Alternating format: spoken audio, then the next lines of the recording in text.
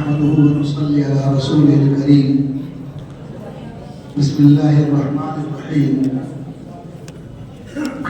اقرأ وربك الأكرم الذي علم بالقلم علم الإنسان ما لم يعلم. آج کی اس تقریب کے مہمان خصوصی اور ہمارے محب خاص جناب ایچ اے نجمی صاحب، دیگر معزز مہمانان کرام، ڈاکٹر محفوظ عالم صاحب،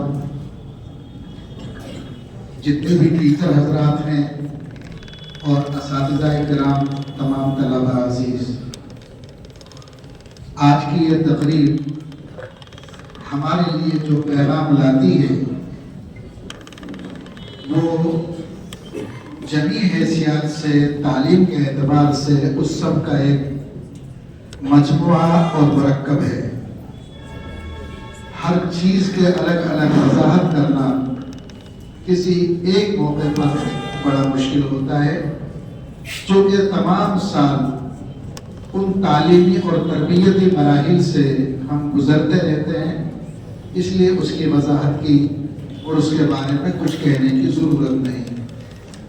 جو وقت پیچھے چلا گیا، جو ہم نے حاصل کیا، وہ ہمارے پاس ہماری مٹھی میں ہے.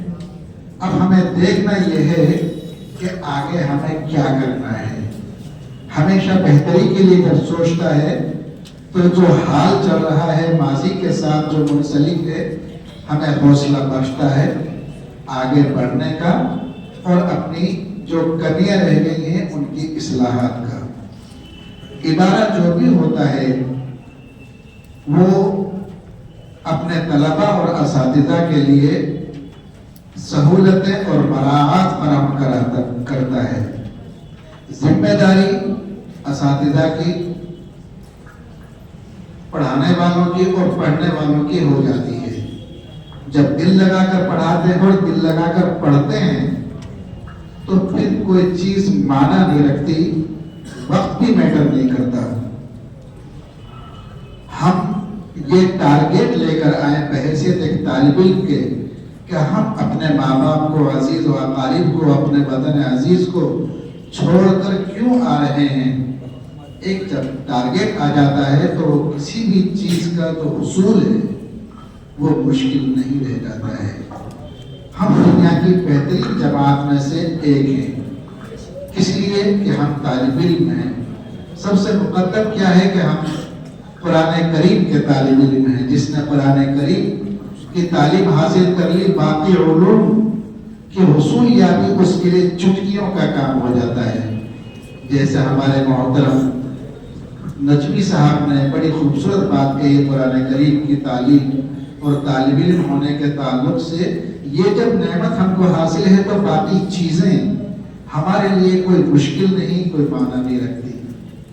اور سب سے بڑی بات یہ ہے کہ قرآن کریم کی تعلیم جو ہماری اصل روح ہے، اصل ہماری پہچان ہے، اگر یہ شامل حال نہ ہوتی، قرآن کریم کے طالب علم نہ ہوتے تو ان سب چیز کی حصول یابی کے ہم اس انداز سے اہل نہیں ہو پاتے کہ 3 سال میں ہم پہلی سے لے کر 10ویں کا ایگزام دینے کے اہل ہو جائیں گے.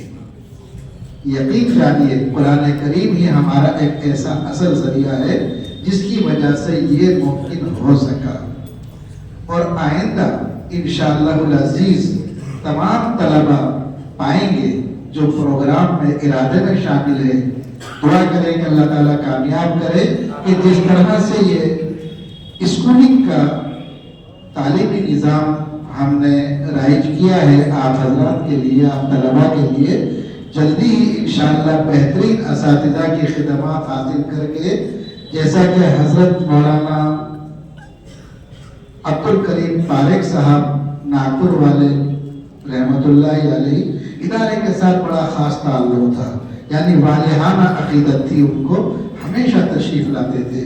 اپنے آخری مرتبہ تشریف آوری کے موقع پر انہوں نے بالخصوص فرمایا کہ مولانا ان کے لیے تفہیم القرآن کا سلسلہ شروع کرائیے.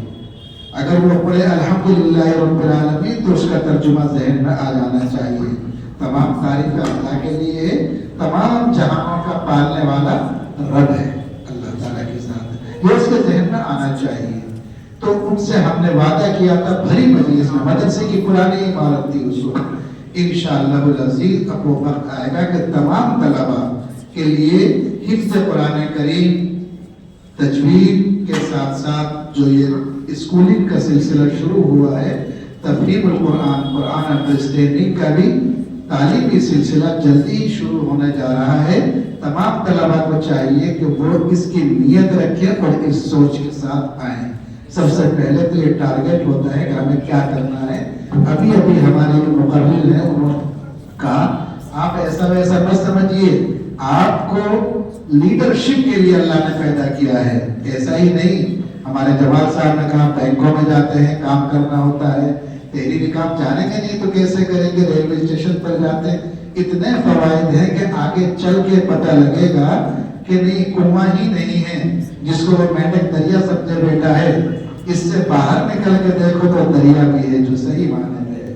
میں اپنی بات کو یہاں پر ختم کرتا ہوں، وقت بہت ہو گیا ہے. بہت اچھی بات ہے، بہت بہت شکریہ مجھے موقع ملا آپ سے گفتگو کا. اللہ تعالیٰ ہماری محنتوں کو، ہماری کاوشوں کو، ہمارے اساتذہ اور جو ٹیچرز حضرات ہیں، تمام جو رات دن محنت کرتے ہیں قرآن کریم اور ماڈرن ایجوکیشن کے تعلق سے، ان سب کو قابل مبارکباد ہے، مبارکباد پیش کرتا ہوں. اور آئندہ اس سے کہیں زیادہ بہتر طریقے پر اپنی تعلیمی کارکردگی کے لیے ادارہ امید کرتا ہے. بہت بہت شکریہ. السلام علیکم ورحمۃ اللہ.